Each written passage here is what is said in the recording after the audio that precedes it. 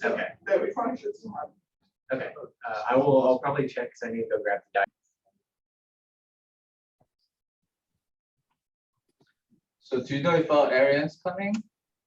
I don't know, because there was like another Locust thing going on, a webinar, so she's probably swapping between the two. I don't know. Okay. Let me check. Yeah, it was the biocontrol and climate forecast focus on Locust in Buenos Aires, yeah. Argentina. In Argentina. I was invited to that one too. I was just like, man. Well, I feel very honored. Okay. So I guess we can get started. Yes. Should I introduce her? Yeah, you. Sure. Yeah. So everybody, it's our third crash course in for BPRI trainees, and today we're very lucky to have Dr. Marion Gall. She is currently at Arizona State University, and she's been working with grasshopper nutrition ecology for a very long time.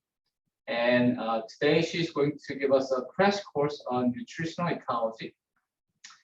Her title is Nutritional Ecology from Basic Research to Developing Sustainable Management Programs. So Marion, take it away. All right. Well, it's really nice to meeting you all and see some familiar faces.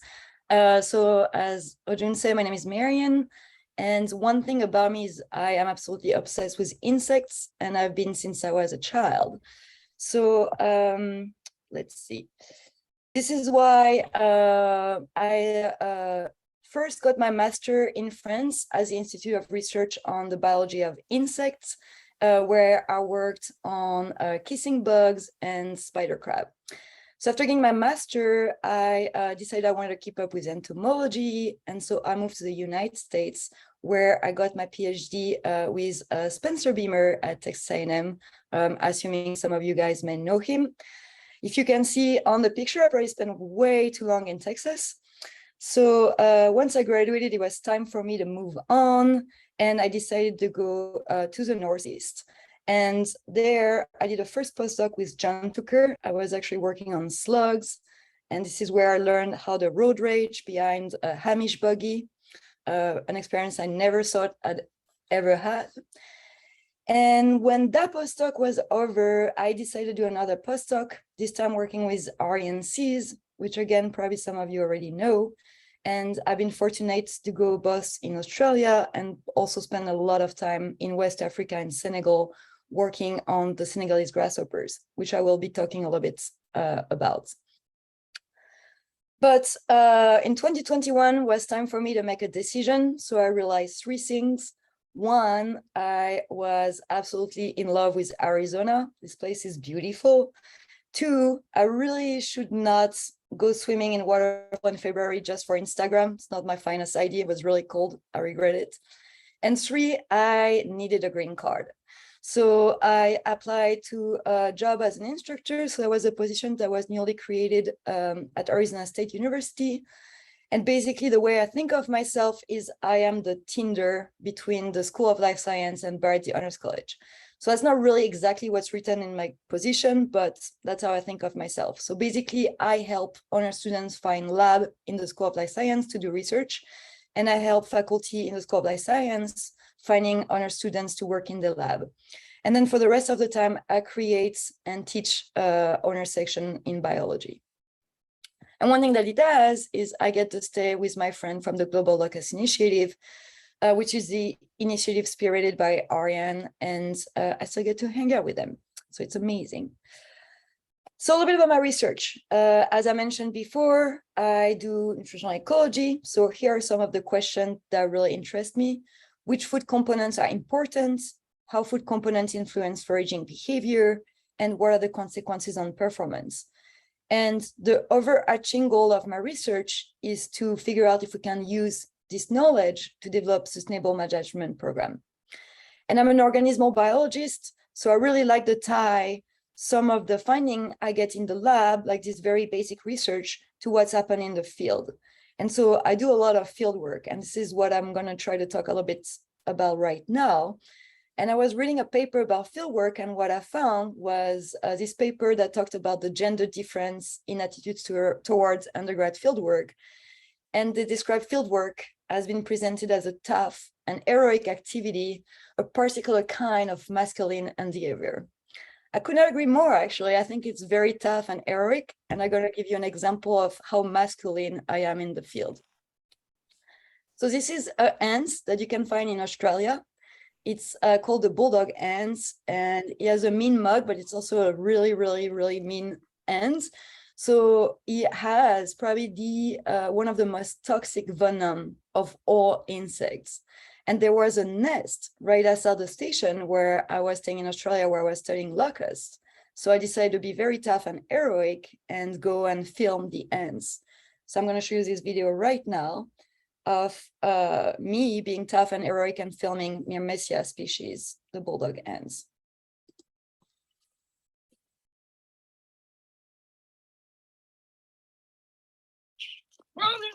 No. Oh my God, never again.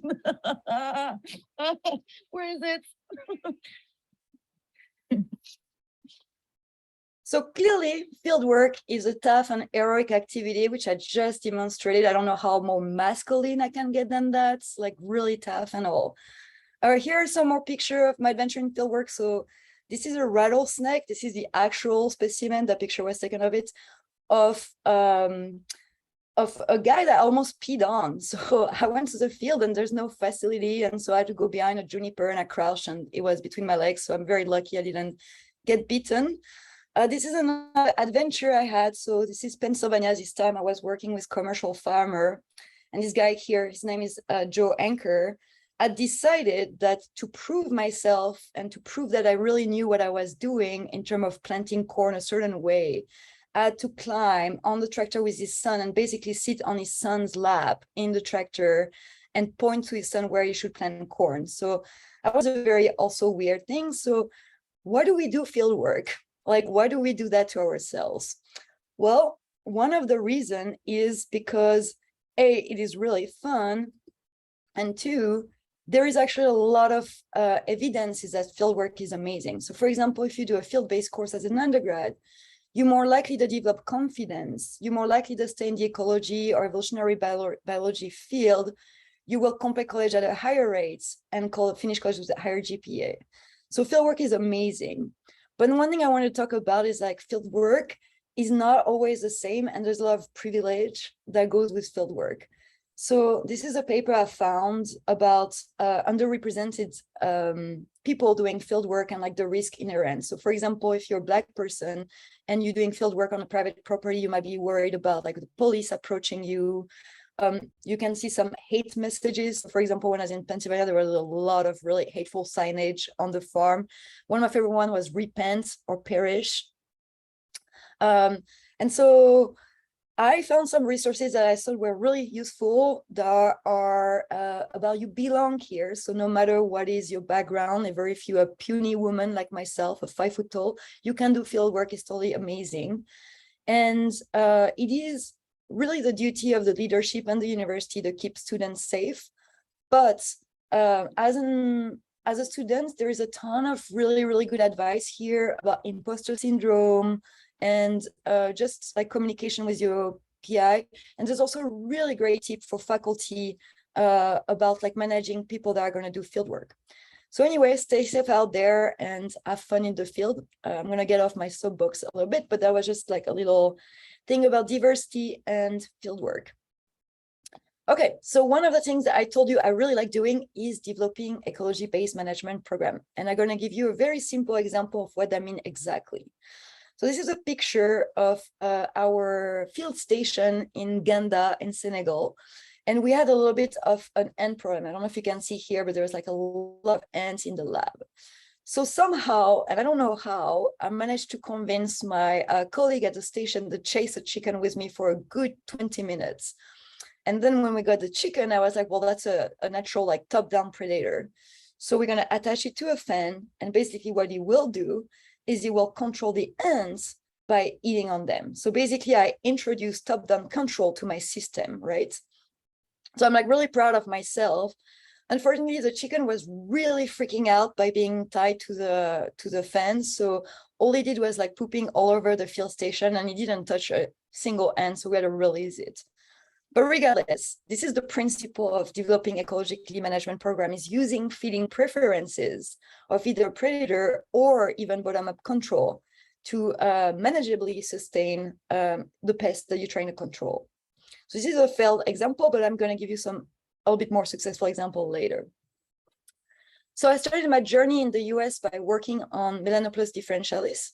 So it is this very beautiful grasshopper. It's a rangeland grasshopper. And what's really neat about this grasshopper, it's a real generalist. So he feeds both on forbs, on grasses. He'll attack anything from a sunflower ranging to a fruit crop. And so what I would like to try to convince you today is that being a generalist and being a herbivore generalist is actually quite difficult. So here you have a cow, and here you have basically its plates, right? It's like this is a Texas pasture, and this is what the cow will eat. And then you got me, and you got my plates. It's like 3 pounds of steaks. I should have never done that. Again, as I said, I stayed in Texas way too long. That was a mistake, if you know the pun.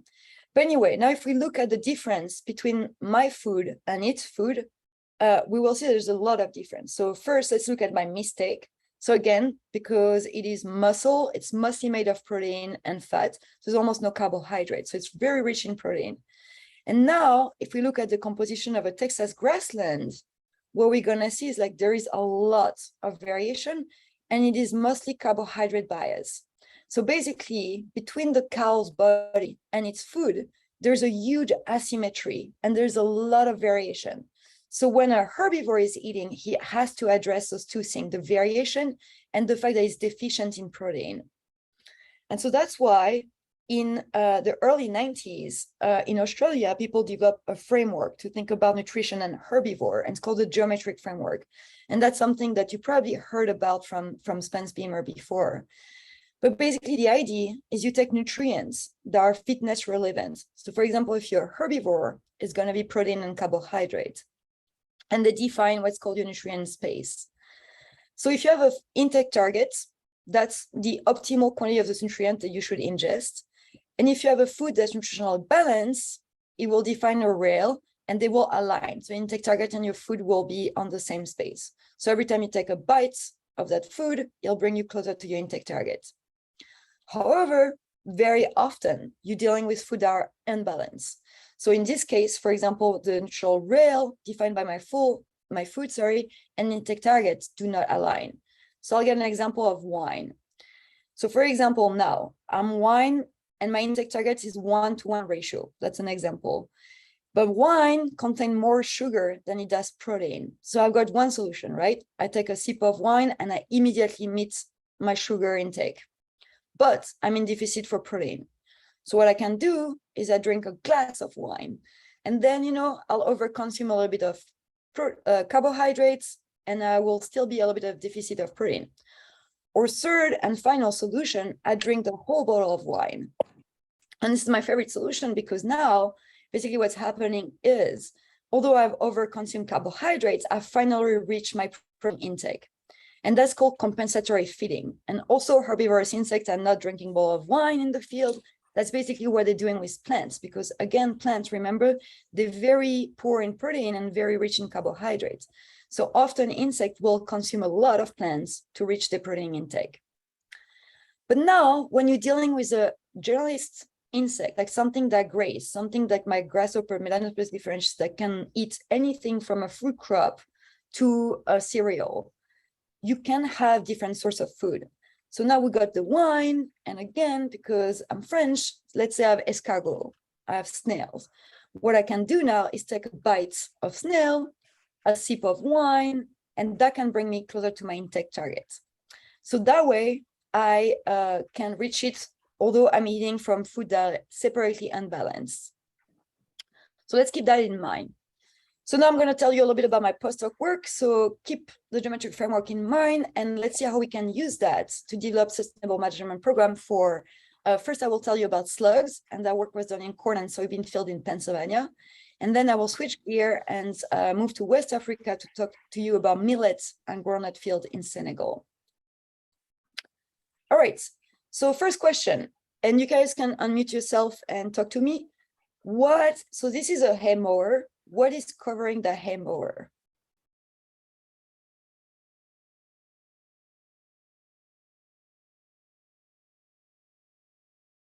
Anyone? Guess. What is this?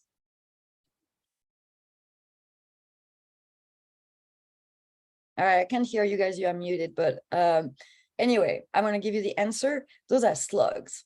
That's the gray garden slug. So like all that goo all over there, that's from 1 hour of hay mowing one evening night in the summer in Pennsylvania. So slugs are the most important pest problem in the Northeast for farmers. So this is why I got hired to work on them at Penn State. So the first question I asked, because my background in nutritional ecology, is can slug regulate the nutrient intake? So remember the geometric framework? I basically did the experiments, but with a slug. So instead of giving them wine and snails, I basically made artificial diets and offer them in pair to the slug. So basically you have one food that is protein bias and one food that's carbohydrate bias. And what I did is I give them 2 treatments that are slightly different from one another, and that is to see if they can regulate between the two. So the way you can think about it is like basically one group of slug get the choice between like chicken and rice, and another group of slug get the choice between fish and pasta. And I knew before that at least one species of slugs was capable of regulation. So the Spanish slug, which is an invasive slug here, there was at least one paper done on slug prior that said that like they regulate. They're not amazing at it, but they regulate. So I did the experiments. This time I used 2 species. So here you have the marsh slug, and here you have the gray garden slug. They actually belong to the same genus, but they have quite different life history. And this is where they'd be if they were eating randomly. This is where they ended up being. So you can see the regulation is quite loose because like the points do not overlap, but they are regulating different protein and carbohydrate for different species. So there is regulation. It's just not amazing. And what I mean by not amazing, this is what a grasshopper does. So grasshopper are really, really good at nutrient regulation. So the blue line would be where the grasshopper would be if they were eating randomly between 2 treatments. And this is where they end up when you give them, like, for example, chicken and rice and fish and pasta. They are tightly overlapping, and it's very narrow even between the 2 treatments. So grasshopper are really champion of regulation. Slugs, not so much, but it is not nothing. Then the other thing I was curious about is like, how do they do in the field? Because one of the crop that they are damaging is corn. And I was just curious, like, how do they perform on corn? Just a simple question, because there's not actually a lot of literature on corn, on like slug as agricultural pest. So I basically put slugs on corn. I grew some corn in the lab and I put the slugs on it, and you can see slug damage on corn. So we know they eat it, obviously, that's what I was hired for. And so I look at like the start mass and I look at the end mass after a week where I put 100 slug. So basically every slug that's below this line here lost some weight. So you can see that almost 50% of my slugs after a week on corn, they lose weight. So they're actually not doing amazing, which was really surprising to me. But again, that reminded me immediately of one thing. What happens when you force an animal on a food that's unbalanced? What they have to do is they actually have to eat more of it to compensate for the dilution. And so I was thinking, okay, well, you're in a cornfield and you're a slug.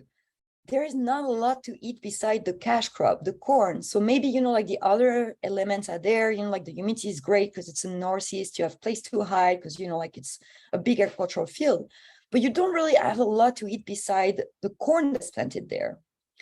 So one thing we're thinking is there is actually an agricultural practice that consists in putting additional crop in the field. And those are called cover crop. And they're not planted for slug normally. What they are planted for is to just not keeping your soil bare. The idea is that if you have a crop on the soil, that will protect the soil from being like removed by wind, and that will help conserve water. So that crop is just planted for those purposes, and it's not harvested. So we were like, okay, that's great. Maybe we can use cover crop as a tool against slugs, because another thing that they do is because they increase diversity, they increase the presence of natural enemies. And for example, here you have a picture of this beautiful carab, Pterosticus millenarius, and that is a natural enemy of the gray garden slug. So we were, okay, well, let's develop an ecologically based management program and let's look at what's happening like as of now. So as of basically you have corn and there's nothing else. So you have strong herbivory, maybe for compensating for like protein dilution.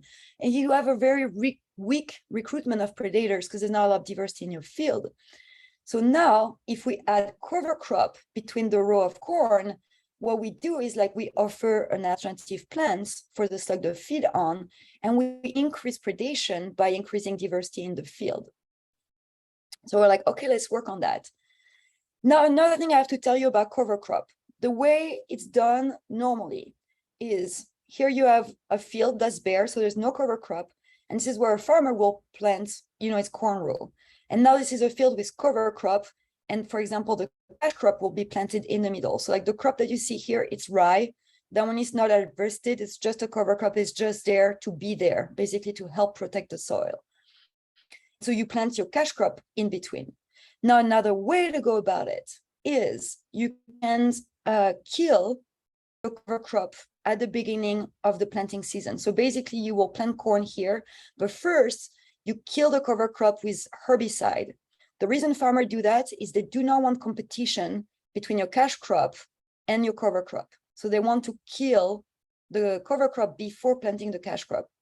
Now, the other thing that some farmers do, it's called planting grain. And basically you plant your crop in the rye that's still living and you kill it, but later. So you actually plant your cash crop in a living cover.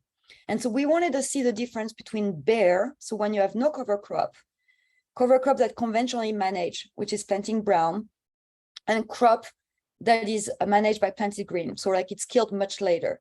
And we thought that planting green had the best chance of being helpful against slugs because there is a lot more nutrients there for the slug to go about than there is in the planting brown. And also another thing you have to know is like the residue, right? What's available in the field on the bottom. There's obviously more residue in the green than there is in the brown, than there is in the bare where there is no residue at all in the soil. So here is planting green. So I worked with commercial farmers. They were all actually nearby Hamish farms who do a lot of like organic farming. But like other farmers I work with conventional farmers, but they were all pretty hardcore sustainable agriculture. So all of them belong to a no-till alliance. They feel they have not been tilled forever. They really, really strongly believe in soil health. And although they farm a commercial farm, they manage as sustainably as can be. So this is a picture that I think is really cool because I found that on Google Earth. And so from Google Earth, you could see my field design. So this is like an actual farm my work is. And here what you can see is my treatments. So in bare is when there is no cover crop and you can see brown and green. So obviously here it's early, so it's still green. The brown hasn't been killed. But I still thought it was pretty cool that you could see my design from Google Earth. One thing I would like to point out, field work is really fun, but this was my special hell, this farm. And I'm gonna tell you why. So corn is a very tall field and I'm sitting right now, you cannot see, but I'm 5 foot. And like corn can reach like 6 to 7 foot tall. So this is the treatment I had. I also work with neonic seed treatments. I don't have time to talk about it today, but if you're curious about that, I can talk about it later. But anyway, this farmhouse here is massive.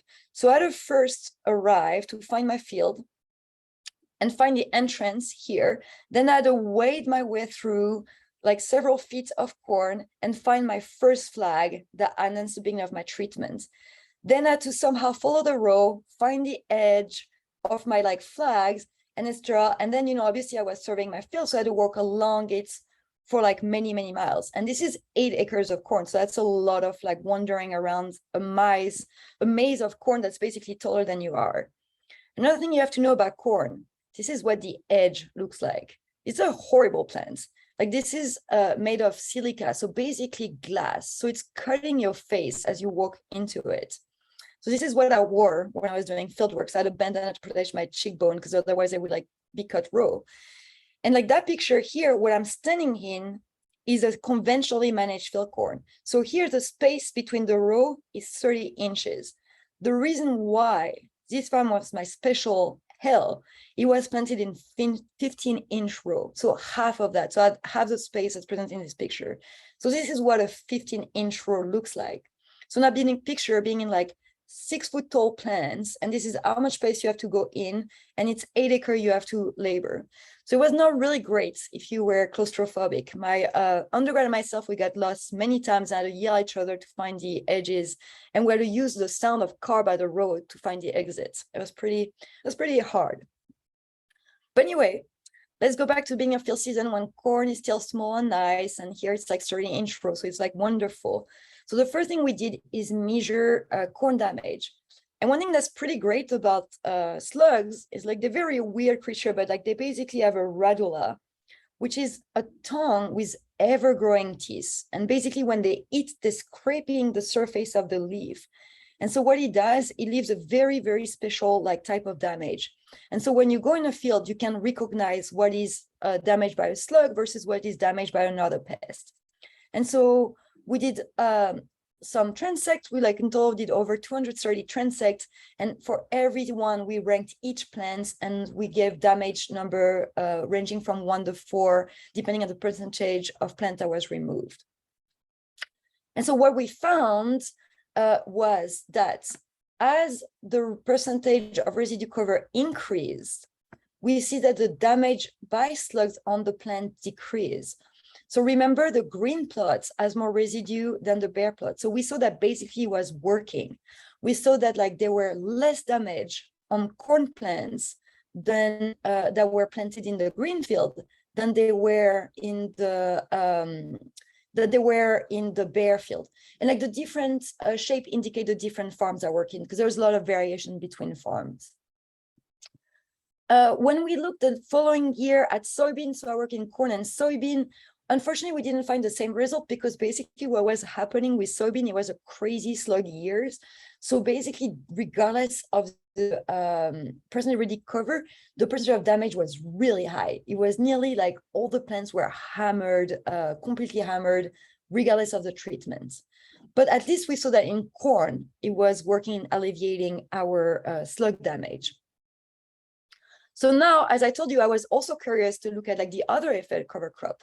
Were they able to increase predation? So we looked at predation. So like, for example, here are 2 beautiful beetles that are a natural predator of the gray garden slugs. So you have Pterocyclus millenarius and Clanias tricolor. And so what we did is first we measure predation service. So how do we do that? Well, basically we use a little bowl of clay, and with an insect pin, we pinned a waxworm on it. So ideally, we'd use a slug, right, to look at the predation on slug. Problem is, slugs are totally hardcore. They will like literally tear their body apart from the pin and just like move on their life. So could not work with them. And then, so basically we surround the little waxworm on this little clay pin by a grid, and that is to protect against vertebrate predator, because we're only interested in like invertebrate predation. And here's an example of predation at work. So you have this beautiful tiger beetle here hitting the waxworm in the cage. So when we look at predation service, what we found is that in the green plots, there were 91% predation, where there was only 87% chance of predation in the brown plots, and that was statistically different. So we did find that in soybean, there were more predation by insects than they were on the brown plots. So we saw that like planted green, again, was useful for fostering predation. We also survey carabid population. So for that, we built pitfalls. So like you use a golf cutter and you make a little hole, and then you use a little plate to cover against bad weather, come back the next day, and we collected monthly, and we collected over 100 pitfalls. And this is the result of like, for example, just how many of those carabid beetle we were able to find. I don't have time to go over the results, but there were some interesting things with neonic having negative effects on carabid population. I also sampled the slugs. So for that, we use actually shingle roofing, because the slug like to hide underneath. So like this is, for example, like a pass in the slug, and like me removing the shingles. And what we found that was very interesting. So again, the bear, there is no residue. The brown, we killed the cover crop early, and the green, we killed the cover crop later. And what we found is that in June, there is actually more slugs in the bear plot than there are in the green plots. And you can see, like, also true for the brown. One thing that I really would like to point out as to the importance of field work, you can see there's actually also a really cool result in August, where we see like the slugs really rebound. They tend to hide in July, so you don't really see them as much. And you see them a lot in August, and you see the same result, there's a lot more slug. However, that result actually means a lot less than this result. The reason why is you're actually working with either soybean or corn. They're only really vulnerable to slug damage at the planting at the beginning of the season. Actually, by August, if there is a lot of damage on the plants are actually completely capable of sustain. For example, soybean can be defoliated at over 50%, and you'll be fine for the yield. There'll be no effect. And corn is so tall by then that like it doesn't matter. So this is why it's really important to actually know your system, because you could be like looking at this result and be like, this is amazing, the August result.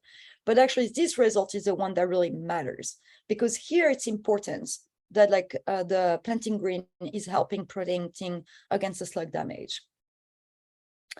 So just a little anecdote about my undergrad students. So like they were totally badass. So the first year I worked with Sarah Wiley, and she had one fear. She was terrified of mouse, and we keep finding deer mouse and baby deer mouse in the field. So she would always scream. And then my other students that worked with me on the soybean following here, he had a fear of snakes. And so like the snakes absolutely love hiding under shingle roofing. And here what you can see is the Easter garter snakes, which actually they're not venomous, but they're very mean-spirited. And this is what happens when you remove a shingle roofing to like count your slugs.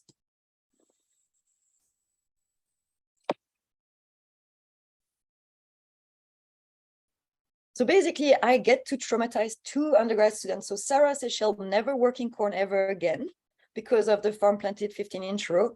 And I don't know if he still will work in soybean field either, because I don't think he loves snake very much. So talking about DI, I think I'm doing a fantastic job as a mentor to really foster the love of field work with my undergrads. All right. But anyway, a little summary about the slug. So slug regulate the nutrient intake, but not as tightly as grasshoppers. It could be because of mobility, right? And one thing I told you about my grasshopper, they can move in the field and they can change between food, which might not be the case for slugs. There's really no silver bullet to control terrestrial mollusk, but it looks like adapting farming practice and promote bottom-up and top-down control seems really promising. And the cover crop seems to be a very good option to develop sustainable management program. And basically, I hope I convince you with our first example that basic research can help inform sustainable management practices. So now I'm going to thank, obviously, the Tucker Lab and all my funding at Penn State. And I'm going to switch gear a little bit to talk about something that I like a little bit more. The slides were fun, but I really, really like insects, and I like grasshopper in particular. And since you guys work on Locust, it might be a little bit more relevant to you. By the way, this is like a hoax. So there's actually one picture that's not a grasshopper. This is a katydid, but it's actually kind of cool. I found that he did at the bee farm at AM feeding on human corpse. So I just wanted to add it just because I thought that was really odd. But anyway, so grasshoppers.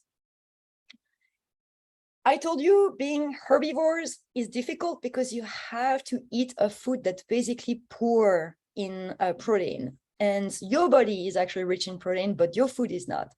And so because of that, we know that herbivores do better when there is a lot of protein in the food.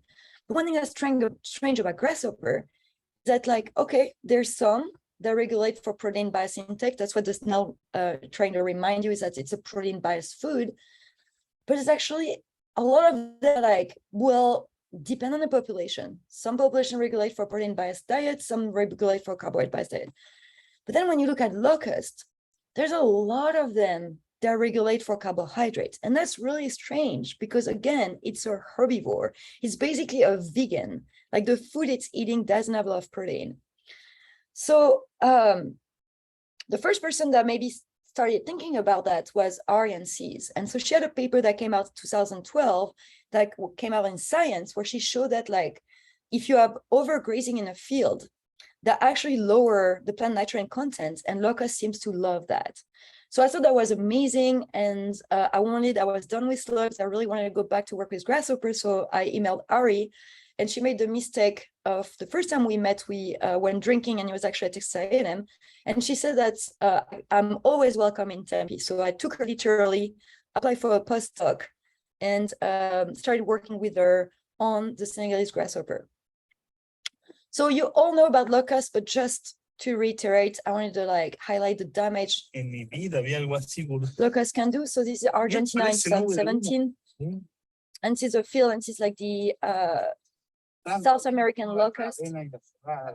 And you can see just like the sheer amount of locust there is, and like the brown cloud in the back here, that's not a cloud, that's actually a locust swarm.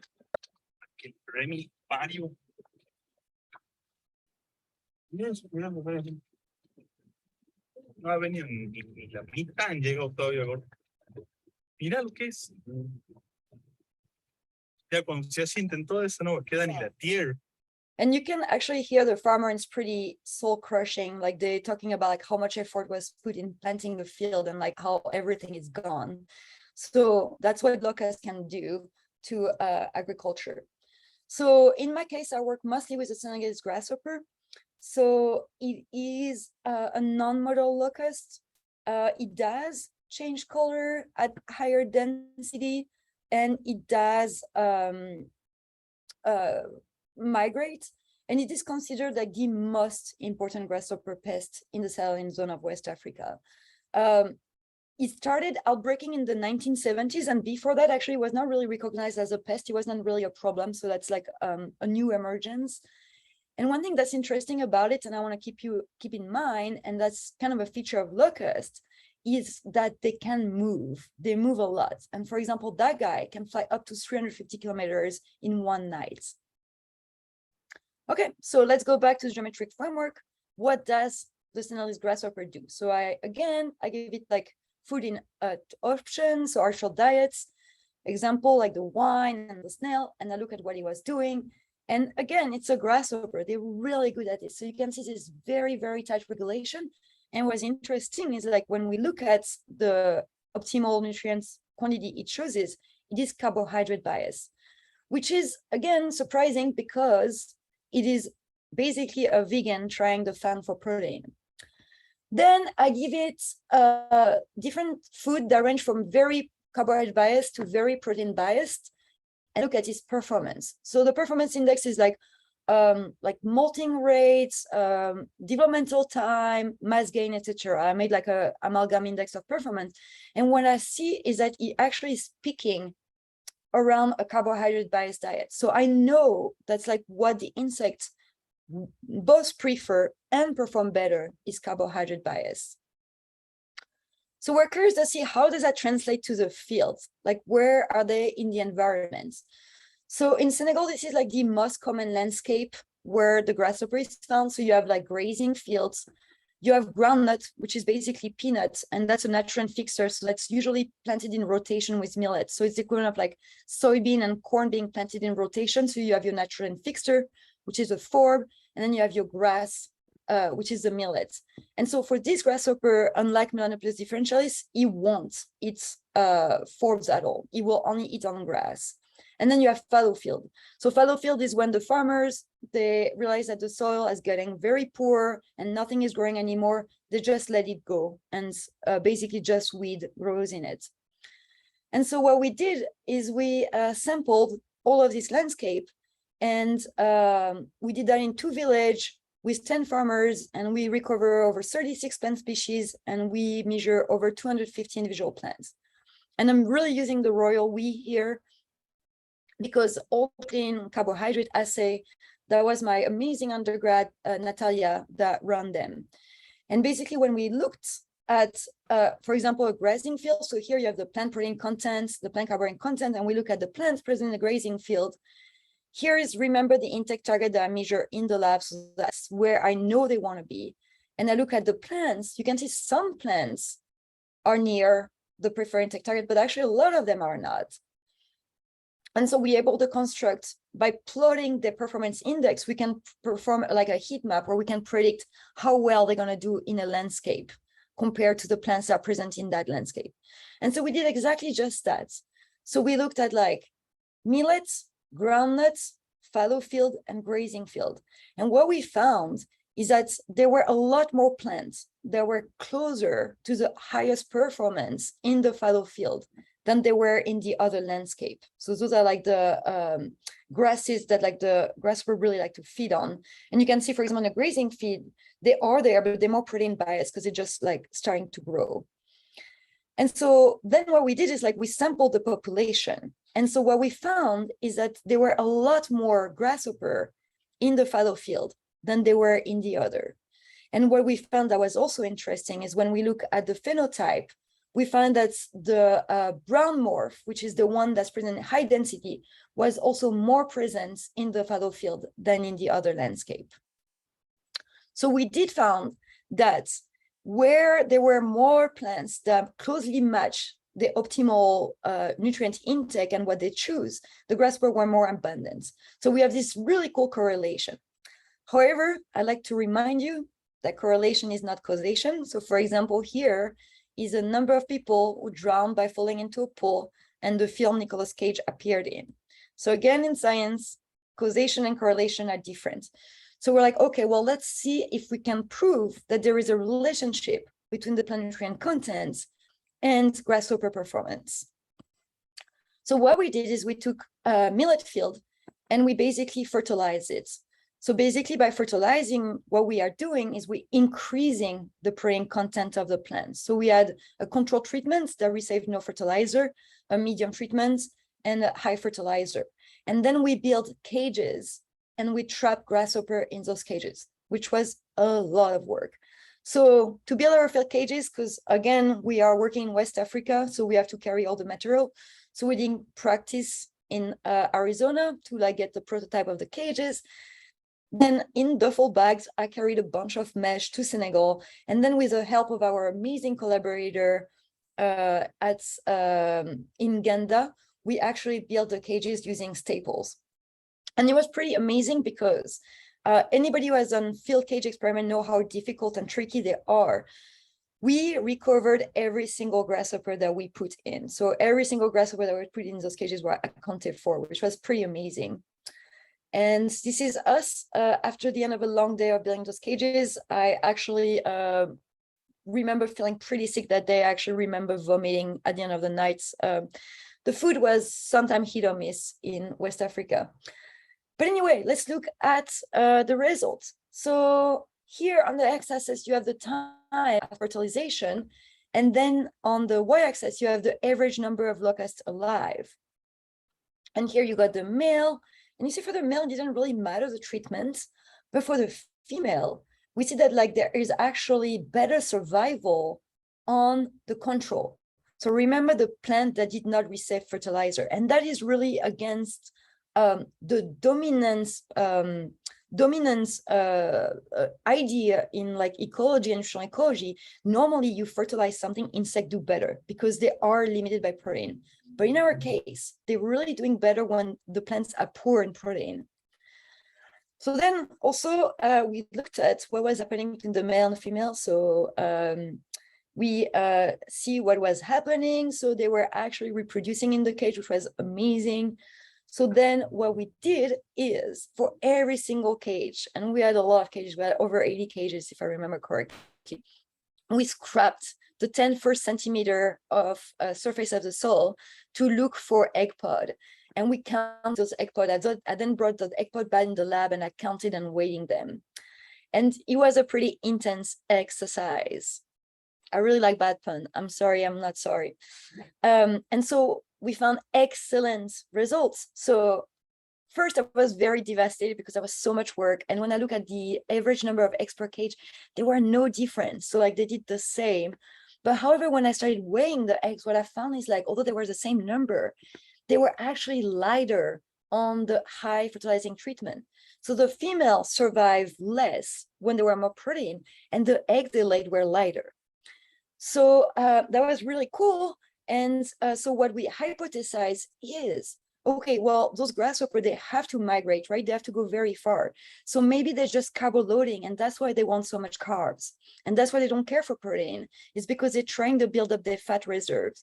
And when you like have to fly as a locust, the only way you can fuel long-term flight is with carbs. You have to eat a lot of carbs that help build your lipid, and then you can fly long distance. So I would really like to take some time to acknowledge my partner at the Direction de la Protection des Végétaux. So they not only helped me, but they also were incredibly friendly, and they invited me to their home. So for example, here is Cisse. He's the keeper of the station, and invite me to like the ceremony of tea with one of his wife. And this is also terrible for nutritional regulation, because this is literally how much sugar goes in one batch of Senegalese tea. So my intake target was pretty off after that, but it was really a great time. And then what was really cool is after this project, Ari applied and received big USAID funding. And so then after my project, 100 farmers in 2 villages received fertilizer and millet seeds to taste if that was true. And they actually found there were less damage by locust. So it was really, really cool to see that. Another thing that I did while I was in Senegal, it was to help develop an early warning system for Odelis senegalensis. So basically what I did is on the ground with like a local metal worker, we built like light trap. And then we trained women in different villages to recognize Odelis senegalensis and how to like receive and curate the samples. So like what you cannot see here is at the bottom, she's actually having a little jar of ethanol, and she's collecting sample of grasshopper. And why is that useful? It's because like in Senegal, it's very hard for the government to monitor all the area where there is locust problem and come and treat. So basically in those isolated area now, women can monitor by themselves. And when they see a high number, they can just grab their phone and they can call the DPV, which is our partner, and they can come and treat. And so you have a local monitoring on the ground. And so what we did after that, or rather our community outreach specialist, Alana Burnham. So Alana did her Peace Corps in Senegal, and one thing she has is she's fluent in Wolof, which is a language that is spoken by most farmers. And so she created this little booklet that basically help with like how to manage the land, how to collect the grasshopper. And the beauty of this booklet is like it was distributed to farmers, and so they bought in French, and very importantly in Wolof, which is really the language that the farmer use, and also in English for passing it around. Okay, so one thing that fascinated me about the Sahel was how variable the environment is. So at the beginning of the rainy season, it's very lush and green, and at the dry season, it's completely barren and dry. And Odelis senegalensis produced 3 generations during that time. And so we have 3 generations of the same species of grasshopper that are facing completely entirely different nutritional environment. So I was just like very curious as to how they do that. So basically what I did is I collected the first generation, which is the one that hatch at the beginning of the rainy season when the millet is just like very early on. And so that's like what a field looks like at G1. And then I contrasted that with the third generation, so the G3, which like is present in September when the millet is adult. And that generation actually attacked millet seeds. So again, feeding on completely different things, although it's the same species. And so basically what I did is, again, I gave them the choice between 2 short diets, and I look at the results. And what I found was like, first generation is pretty much my typical scenario that I have with grasshopper, where I found like very strong regulation, they're very good. But what was surprising to me is when I look at the third generation, I had new results. And it was carbohydrate bias. So again, they were wanting more carb than they wanted protein. When I look at the third generation, I saw that they were not regulating as strongly. They're not regulating though. This is where they would be if there was no regulation. So they are regulating, but it's a little bit looser. So it's a bit different. And once again, it is carbohydrate biased. And then I look at a little bit of performance. So first I look at like the start mass and between the female and male. And what we can see is that in the first generation, they actually are heavier. The female are heavier than the third generation. And so I was like, okay, maybe there is a trade-off between reproduction and dispersal. So I look at the event of egg laying, and I did find, in fact, that the female from the just first generation were laying a lot more eggs than the G3. When I look at survival, I found that G3 generation actually survived longer. So potentially the different generations are doing different things, and that's why they're dealing with nutrient differently. And one thing that was also interesting, and I just would like to add that just as a note, I find that there was a lot more parasitism in female than male, and it could be due to their bigger size, but I just thought that was interesting to note that. So in conclusion, I found that carbohydrates are very important and potentially limiting nutrients for some grasshopper locust species, and it's probably due to migration. And one thing that was very interesting, I found a wild population of grasshoppers sometimes regulate more loosely than the lab counterpart. And so that's why, again, it's very important to consider your organism in the field, because sometimes they do different things that they are doing in lab colony. And so like this is the importance of merging field and laboratory data. And I find that maybe there's a generational trade-off between reproduction and survival. And that's something that I'm currently working on. I'm measuring the number of egg pod present in grasshopper along a migration gradients. And with that, I would like to thank all the members of the CIS lab, of course, my partner in Senegal, the community that I get to work with, the insect research group, and Department of Animal Care and Technology. And I would like to thank you for your attention. And I don't know if we have time for questions.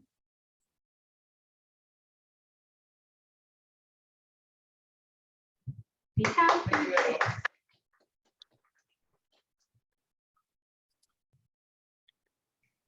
a few minutes. If somebody have a question, we can go forward. Like we have 5 minutes, we can have a Q&A session. Any questions?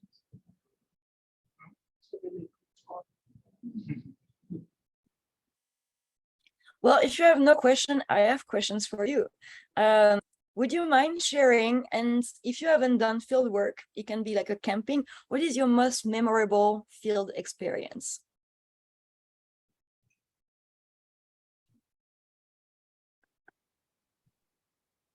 I'll start calling name. Hojun, how about you go first? Most memorable. And it can be good or bad. It can be good or bad. It doesn't have to be negative. I'm going to tell you the coolest one. Okay. I was in South Africa, and in the kind of border between South Africa and Lesotho, there's a Drakensberg escarpment, which are the flat top mountains. And I had a project where we're trying to find different grasshopper species that are unknown. So we took helicopters. So we did a helicopter hop and went to mountaintop and collected for like a few hours, and then come down and helicopter hop to another one. That was the coolest, funded by NSF. Yes. That sounds pretty great. Can you call the person next to you? I don't do the field visit. I'm a social scientist. That's totally fine. You can share an experiment, like something outdoor that was memorable. Okay, I will share the thing that, because when it goes to field visit, normally the culture in the country is the most critical. So I was organizing a meeting in Indonesia, and it was Friday. Friday at 12 noon, they stopped working everything because that is their praying time. But I was working for a company, Japanese for Japanese land, Japanese government organization. So Japanese never stop working until they, like 5 every day. So there was a technical staff helping from Indonesian team. They go, nobody's there, but meeting is running there, something happened, nobody's there to help. So my boss got so angry and frustrated and trying to like kind of burst and think, I was not going to pay for this company for the service. Then luckily there was one person came and said, this is a different country. Even though you shouted at loud, nobody comes to your door. So that's what I want to share is when you go to field visit,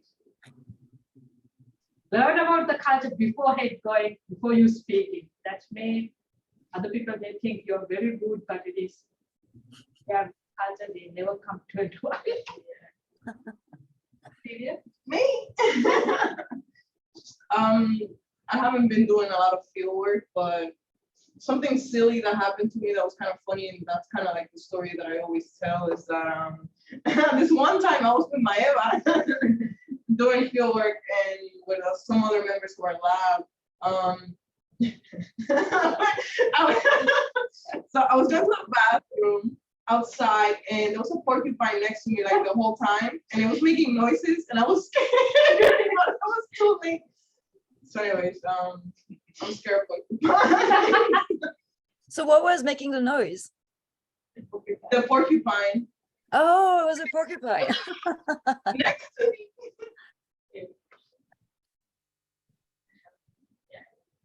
Chris.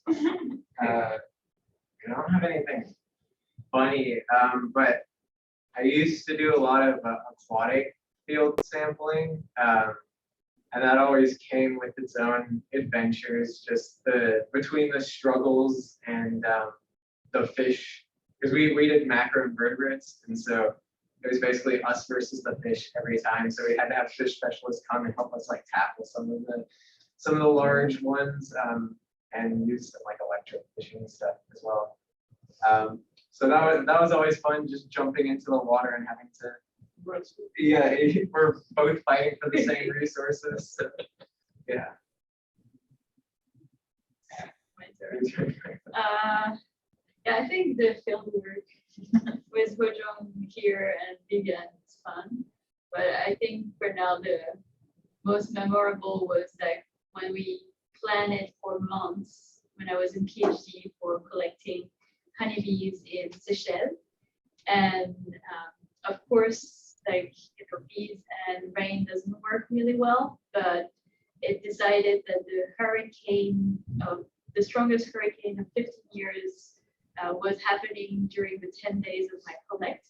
So I was knee down into water trying to collect bees colony, and that was not fun.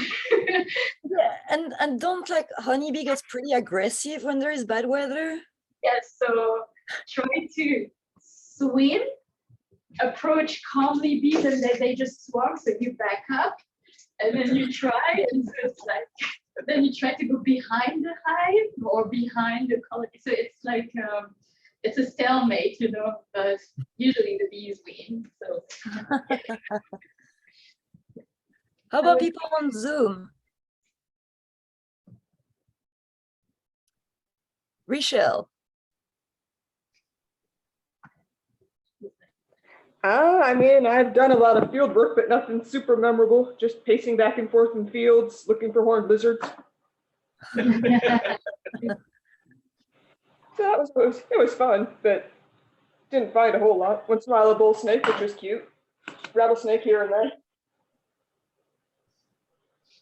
So, got yelled at by prairie dogs, but the horned lizards live in prairie dog towns, so that's just normal.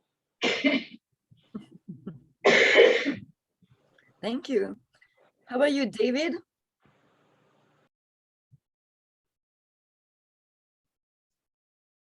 I'm here, I promise.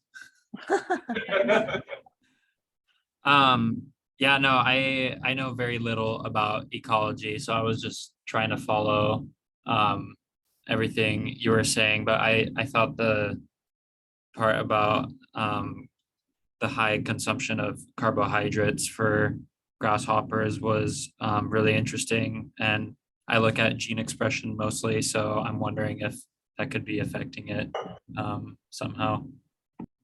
Oh, for sure it has to, because it's going to trigger the insulin pathway opposite to the TOR pathway. So for sure, I mean, there's no way it doesn't. But how about you? Do you have some fun, like, I understand that you don't do field work, but you have some fun, like outdoor experience you'd like to share?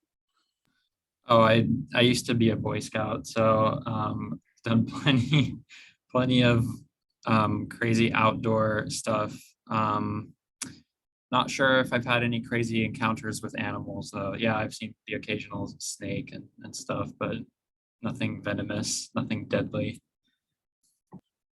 I mean, it doesn't have to be that. It can be like anything memorable.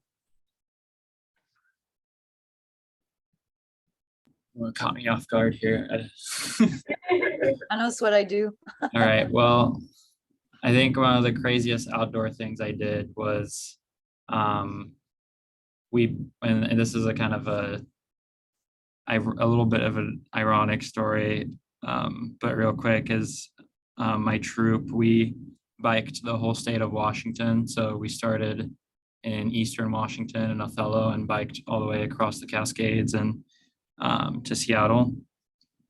And I was pretty fit at the time. I no longer am, but I was, finding myself more like towards the middle or the end of the pack, and I was just like really struggling on this bike all the time, and I didn't know why, because I was, I thought I should have been a lot more fit than everyone else. And then turns out, like, on the second to last day, when we're like on the final stretch and we're looking over the bikes and making a few fixes and repairs, one of my leaders, he looks at my bike and he says, David, you realize that your brakes have been partly on this whole time, right? I'm like, wait, what? no. You're kidding me. So he loosened the brakes, and the last day I was just miles ahead of everyone else. So I mean, I guess I got extra exercise. I lost a lot of weight visibly that week. It was brutal. Yeah, I think my brake pad are always on my bike because I'm always dragging ass. So thank you. How about you, Kelvin? Yeah, so I have a few trips, but it's actually so I volunteer at a medical organization in Vietnam, and we, in the summer of 2018, so 4 years ago, we went to the northern region of Vietnam to help the local people there who suffer from medically underserved area. And it was I mean, the trip itself is good because we help a lot of people, but it's give me some sort of like bad experience because I make so many mistakes. Like, I feel I didn't prepare well for the trip in terms of like dealing with nature. So the most memorable experience was, so because the place that we serve is very far from local route and airport. So there's a truck that takes us from the airport to the meeting point. And from the meeting point, we have to walk like on foot for like half an hour to the village. And it's a raining season, it's very muddy, very slippery. And so we divide up in teams, and my team's like only me as a guy, and I have 5 other girls, and they rely on me on sort of like carrying equipment and tool, and I think I can do it. And I feel that I'm lead the team to the point that we get to the muddy hill, and I see, okay, I got it, and then I trip myself, and I fail. It's really bad. I lost my phone. I get bruised, and turn out that the first few days of the trip, people spend time taking care of me instead of taking care of the local. That's what I feel bad. Yeah, I lost my phone, so I cannot, call my families or something. So people thought that I was missing, and it was a bad. I mean, I successfully achieved the goal, which is help the local. So we serve them by providing vaccination and food and money and charity stuff like that, and I successfully done that. I feel bad because the first few days, people, including the locals, spend time taking care of me instead of I'm supposed to taking care of them. And I lost my phone, which is bad because the area that we went to is sort of like it's not well developed, and we need to have a phone with us all the time so we can connect with other team members. And then yeah, it's pretty bad. Well, maybe that's one of the case where actually being a man and doing field work is at your disadvantage if everybody expects you to carry everything.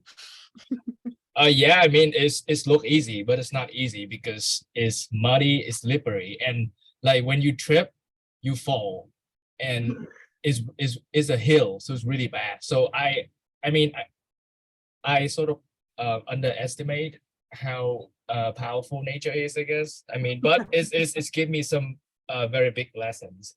Yeah. Thank you for sharing. Thank you. All right. Well, thanks, Marion. That was great. I think we're out of time, but good to catch up with you. Before we leave, is it okay if we posted your recorded video in the BPRI YouTube channel? Yeah, that's fine. Okay, thank you. Thank you very much. Thank you. Thank you very much. Bye, guys.